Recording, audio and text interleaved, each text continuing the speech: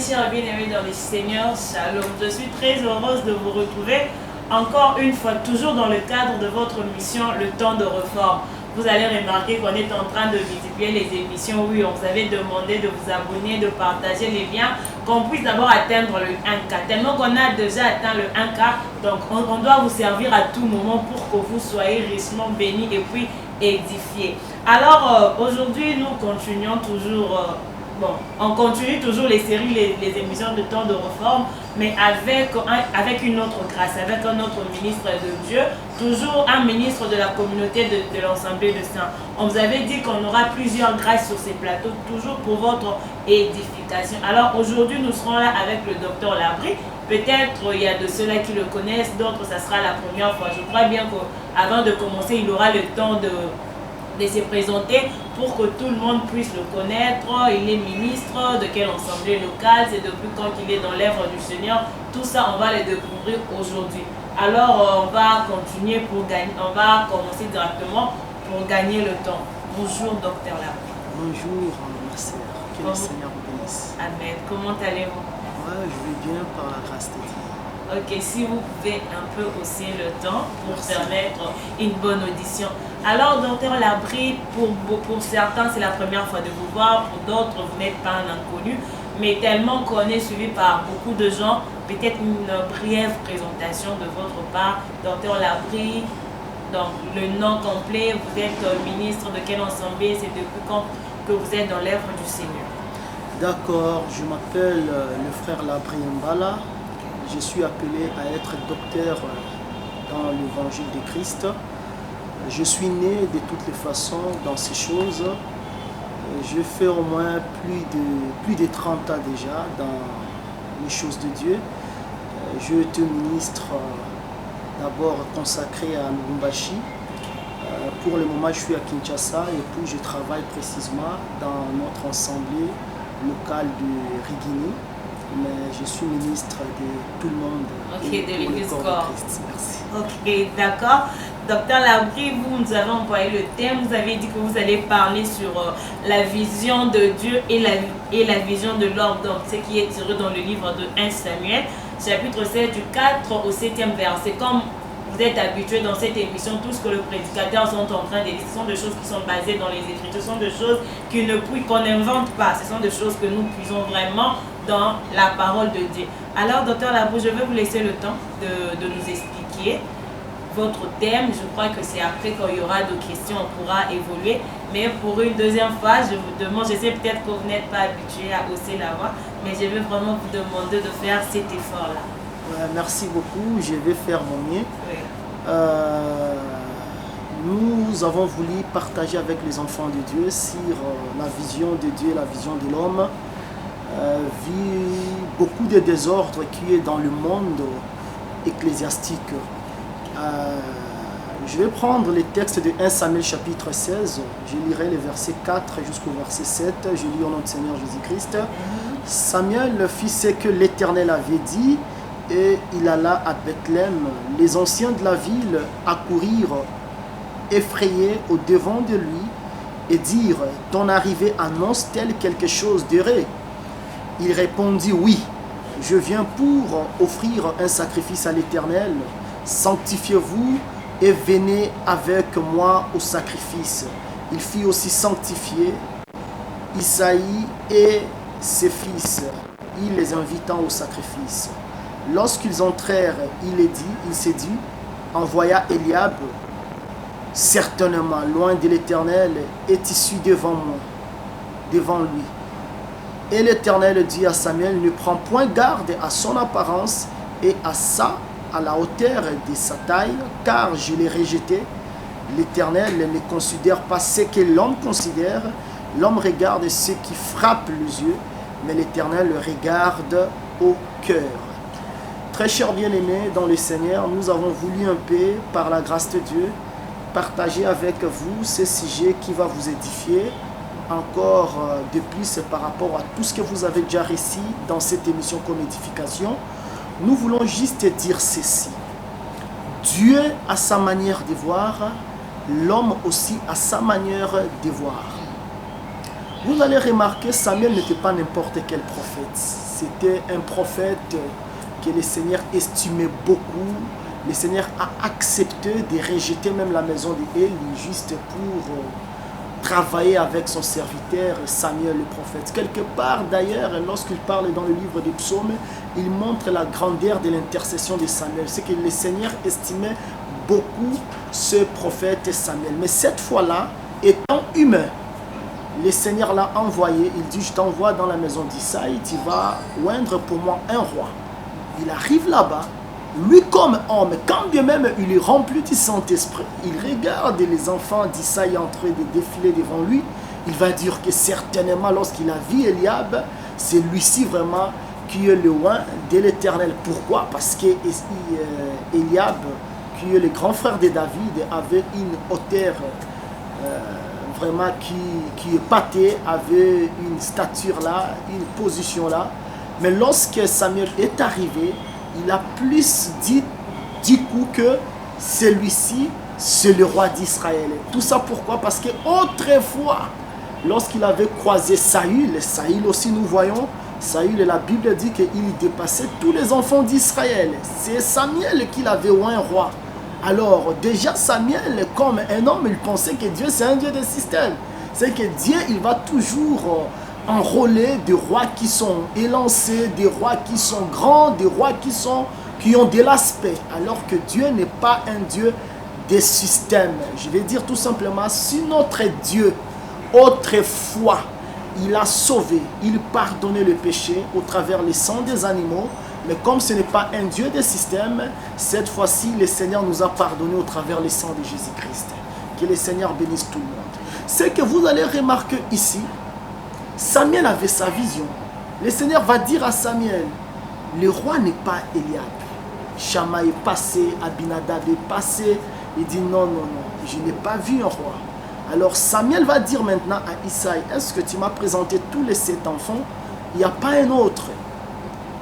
Le père va dire, ah, il y a un autre, il est en train de paître les troupeaux. Alors Samuel va dire, il faut partir mais l'amener. On va amener David. Et lorsque David va venir, le Seigneur va dire, certainement, c'est celui-ci que moi j'ai choisi. C'est que nous comprenons que Samuel avait sa vision. Nous comprenons que Dieu aussi avait sa vision. C'est-à-dire c'était 2 visions diamétralement opposées. Chacun avait sa manière de voir les choses. C'est pour cela, nous, je crois que dans l'évangile éternel, nous ne pouvons pas nous arrêter là. Il y a encore beaucoup de choses qui sont cachées là-dedans.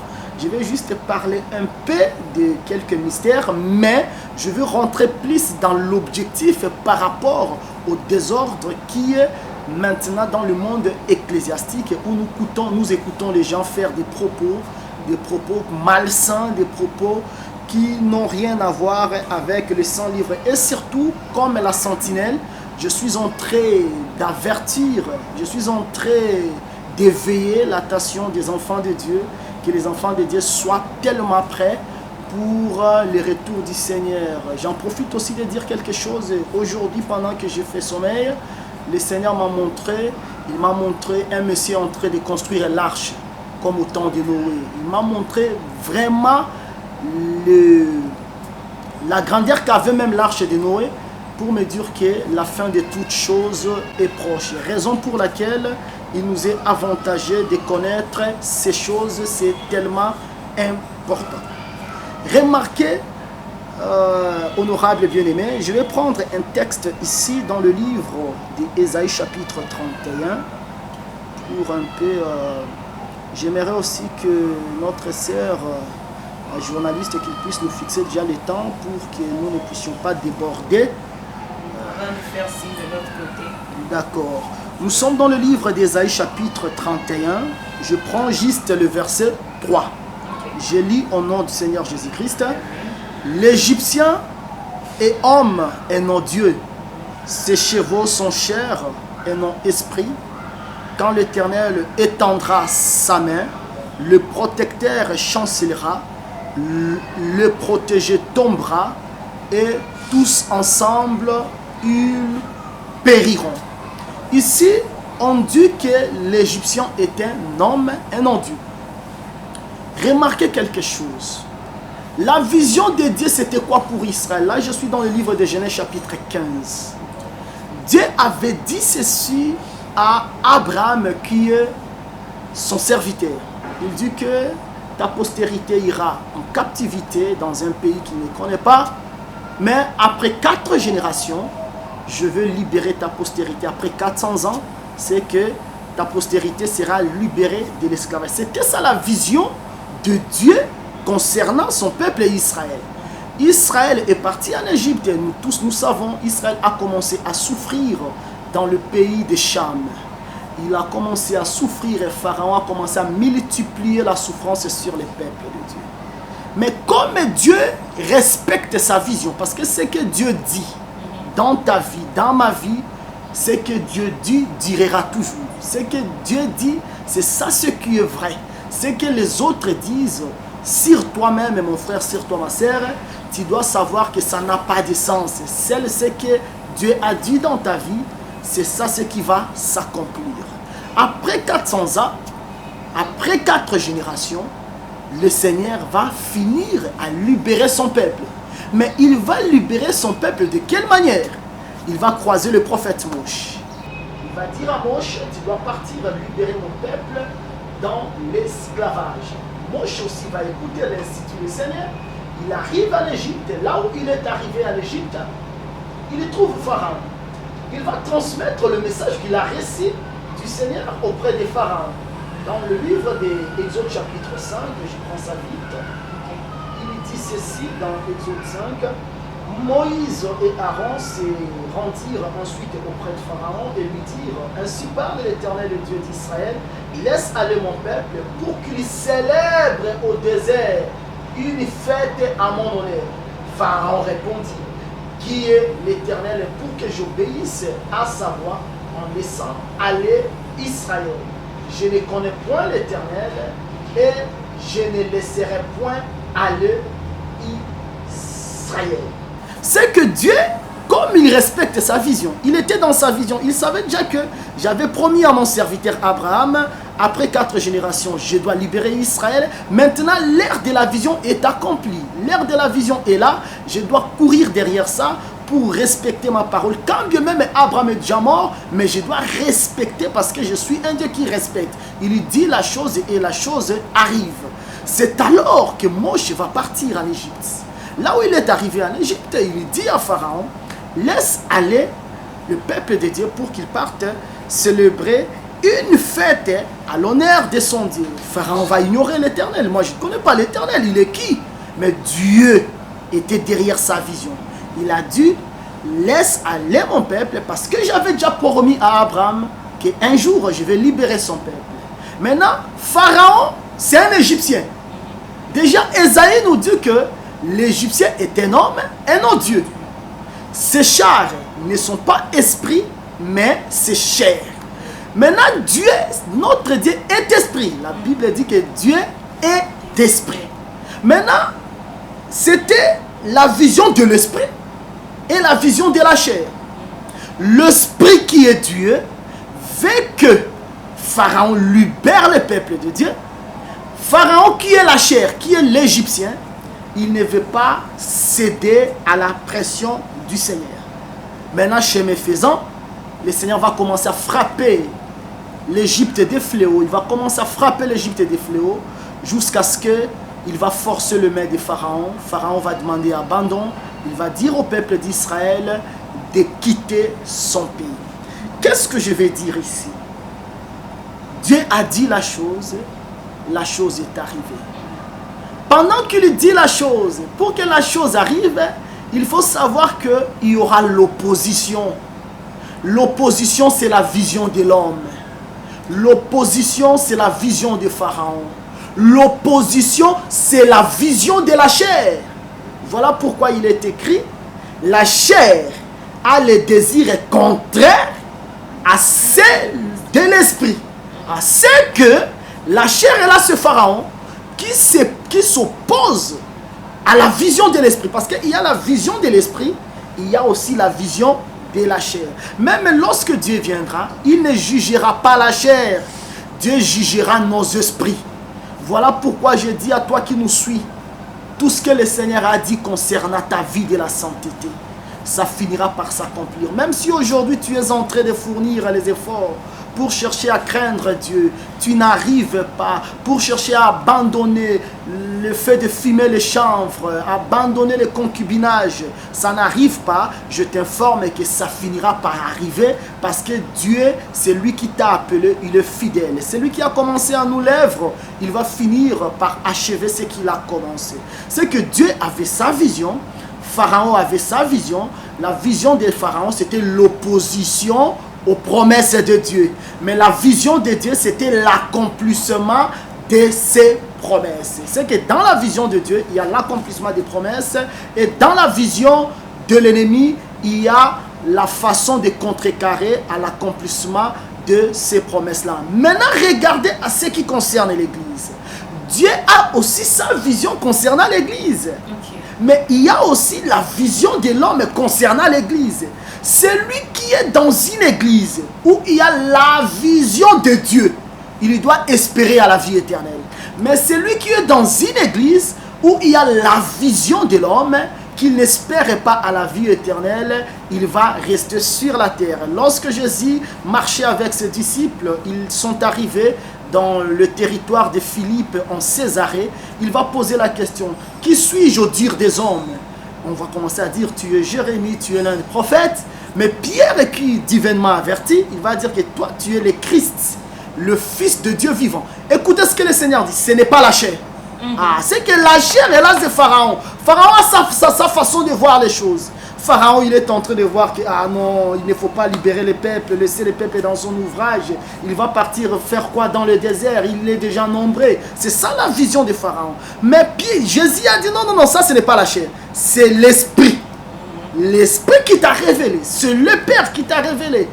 Sur cette pierre, c'est-à-dire sur cette révélation, de dire que je suis le Fils de Dieu, je suis le Christ, je bâtirai mon église. Le Seigneur bâtit son église sur le Fils de Dieu, sur le Christ, sur celui qui est ressuscité. C'est sur lui que le Seigneur va bâtir son église. Maintenant, regardez la vision de l'homme.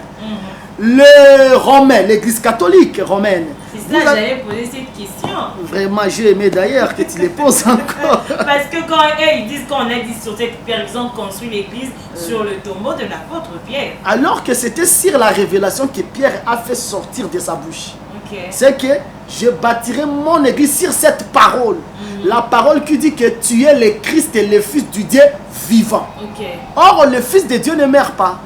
Et si tu prends le livre des Romains chapitre 1, tu vas remarquer que le Fils de Dieu, c'est celui qui a vaincu la mort.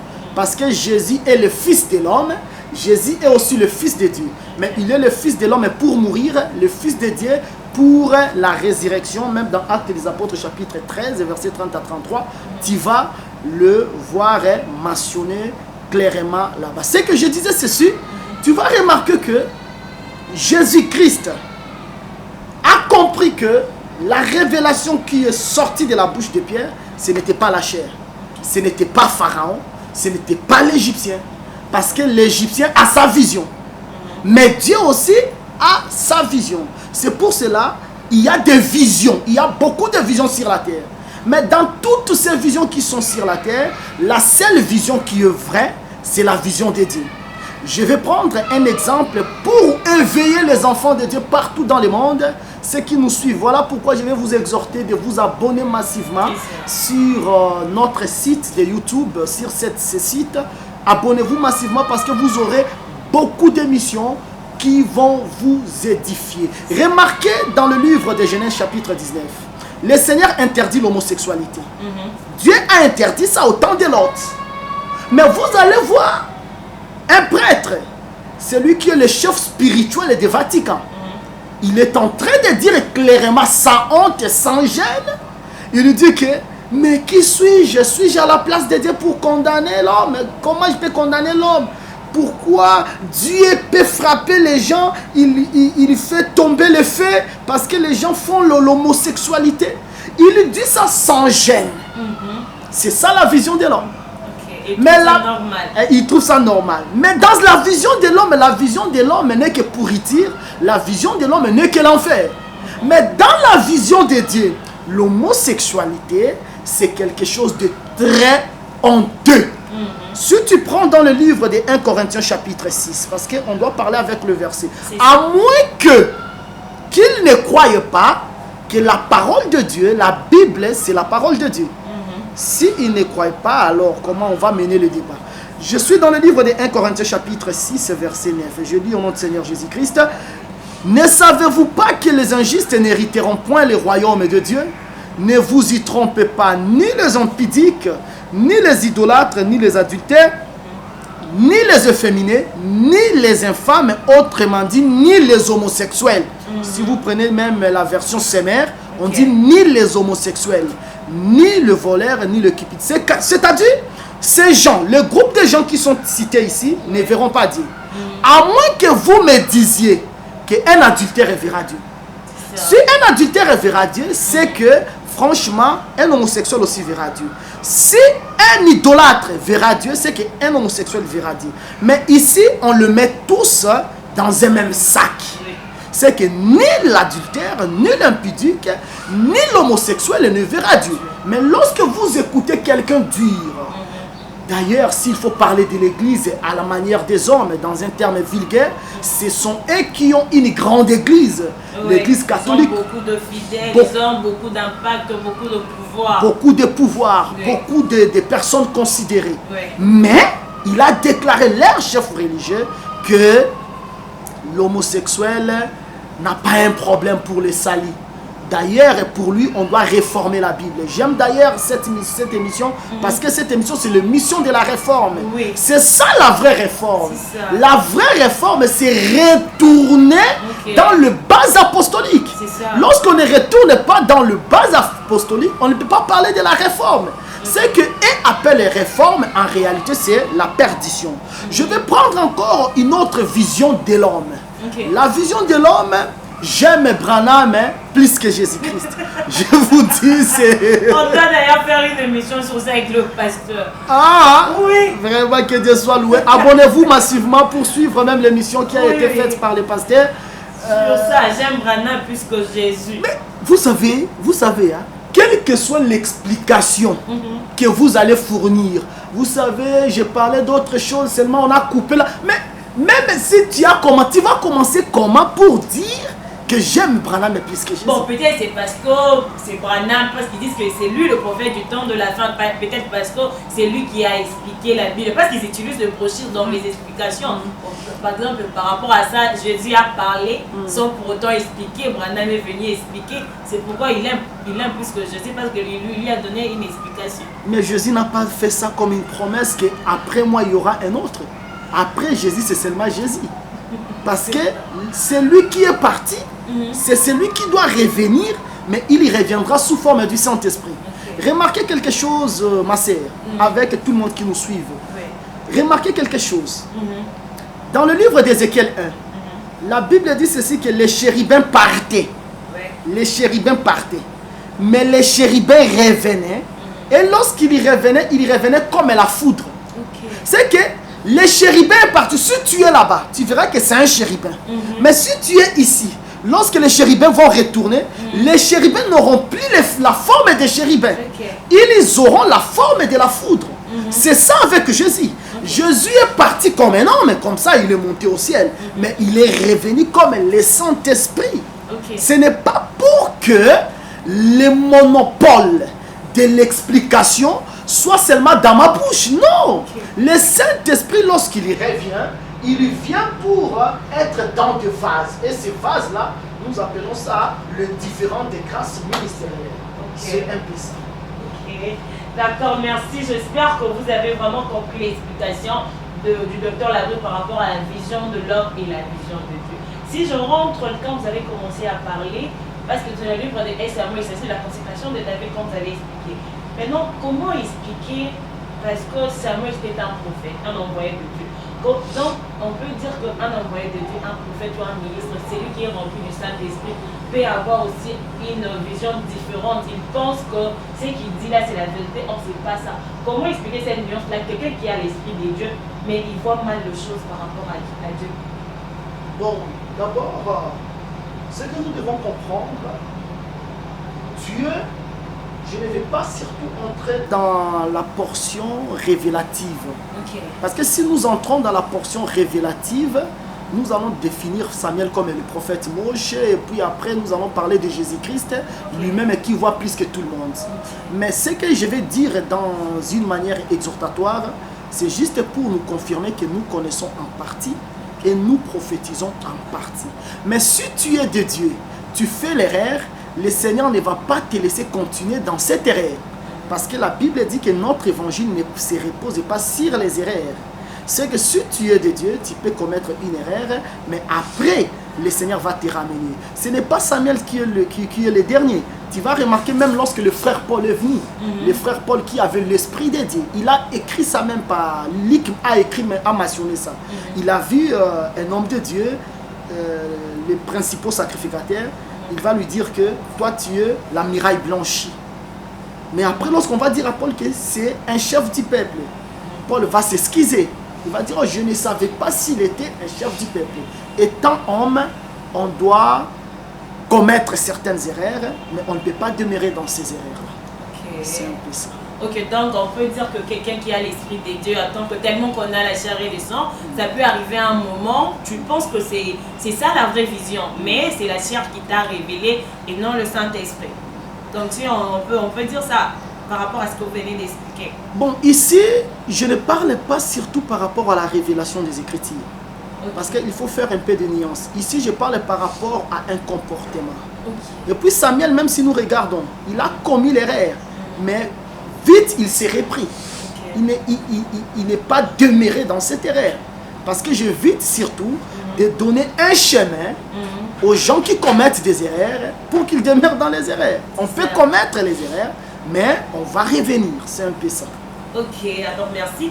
Alors pour cela, parce qu'il y a des églises où je parle de autres églises, là on parle, c'est lui, on peut le dire comment, le chef de troupeau, les visionnaires. C'est lui qui est le visionnaire de l'église. Comment expliquer cette nuance-là? Parce qu'on comprend que la vision de l'homme n'est pas forcément. Il peut se faire qu'à un moment donné, ce que l'homme dit, c'est réellement ce que Dieu dit. Maintenant, comment expliquer ces chefs de peuple qu'on appelle visionnaires? C'est lui qui a vu la vision pour l'église. C'est ça.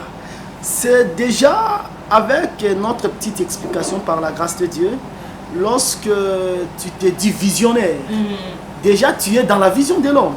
Okay. Déjà, je vous avais dit que celui qui demeure dans la vision de l'homme, celui qui demeure là où il y a une église fondée sur la vision de l'homme, les gens qui demeurent là-bas ne peuvent pas espérer à la vie éternelle. Mais on doit demeurer dans la vision de Dieu pour espérer à la vie éternelle. D'ailleurs, ma sœur bien-aimée, remarquez quelque chose. Ce n'est pas, d'ailleurs, la Bible, les choses de Dieu. C'est lui qui était comme l'héritier des choses de Dieu. Jésus-Christ.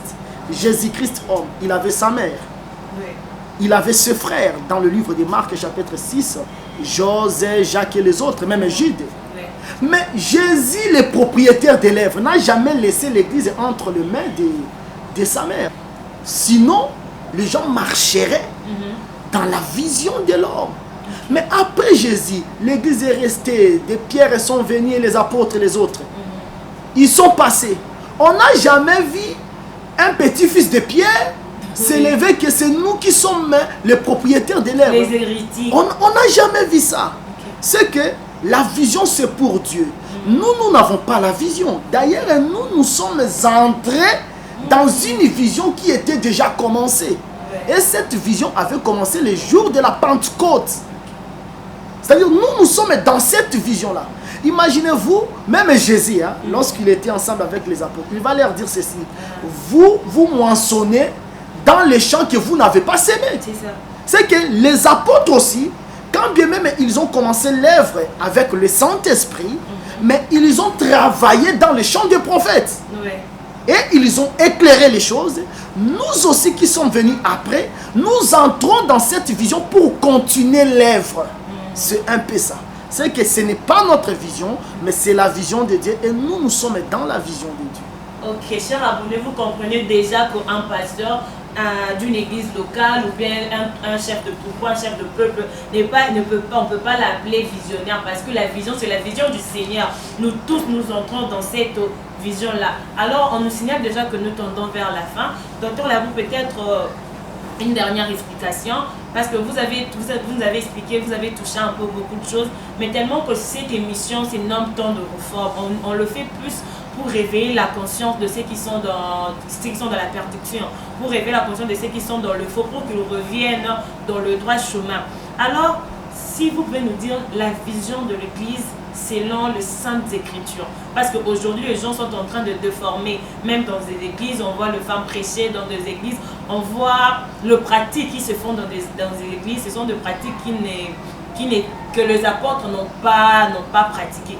Alors, si vous pouvez vraiment nous donner la vision de l'Église selon les Saintes Écritures.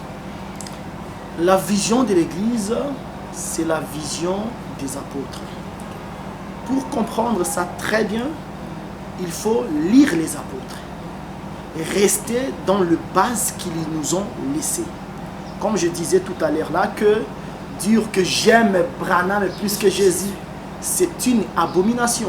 Parce que dans le livre de Matthieu chapitre 10, le verset 39, Jésus dit ceci: celui qui va aimer sa vie, il va la perdre. Mais celui qui va m'aimer plus que sa vie, il va la retrouver.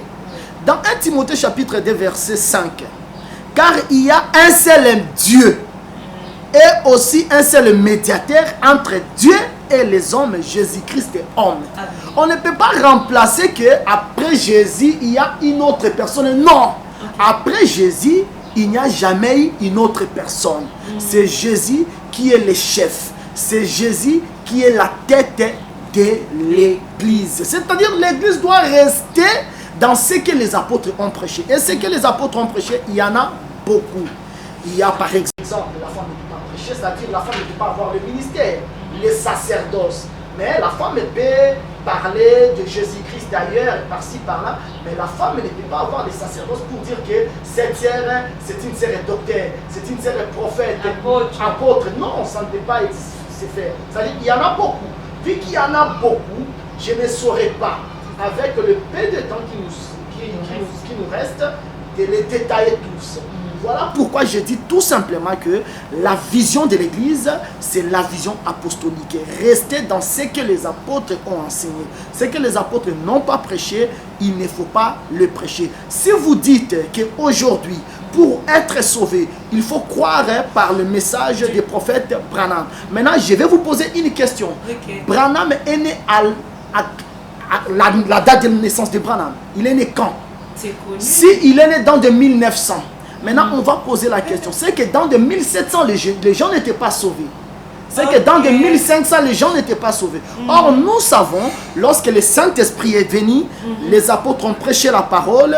Les gens qui ont écouté la parole, ils avaient un cœur vivement touché. Ils se sont repentis. Ils ont posé la question: que ferons-nous? Repentez-vous, soyez baptisés au nom du Seigneur et Jésus-Christ pour être sauvé, et vous allez recevoir les dons du Saint-Esprit. C'est que les gens de 1500, les gens de 1400, les gens de l'an 400, les gens de l'an 300, c'est qu'ils n'étaient pas sauvés parce que Branham est venu dans le 1900. Ça veut dire que c'est un message faux. C'est ça ce que Pierre avait dit, qu'au dernier temps, il y aura des faux docteurs, des faux prophètes. Là, je ne parle pas seulement par rapport aux branhamistes, mais je parle par rapport à toutes les confessions religieuses qui ne respectent pas la lignée apostolique. Ok, d'accord, je crois que c'est vraiment clair, vous avez compris la vision de l'Église. C'est cette vision-là, la vision des apôtres. Donc, restons dans la vision apostolique pour être sauvés. Alors, docteur Labou, nous sommes vraiment arrivés à la fin de cette émission.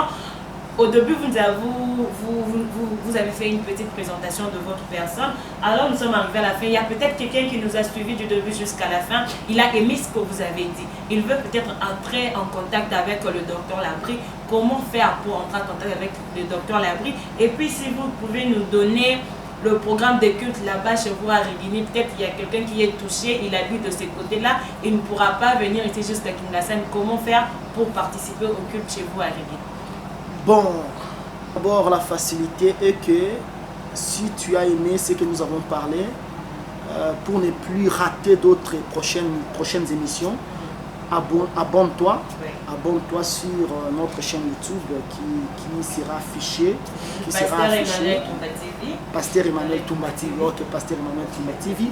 Abonne-toi là et tu auras la facilité de nous suivre prochainement. Oui. Mais si tu veux me contacter personnellement, tu prends mon numéro, plus 243 97 40 79 237.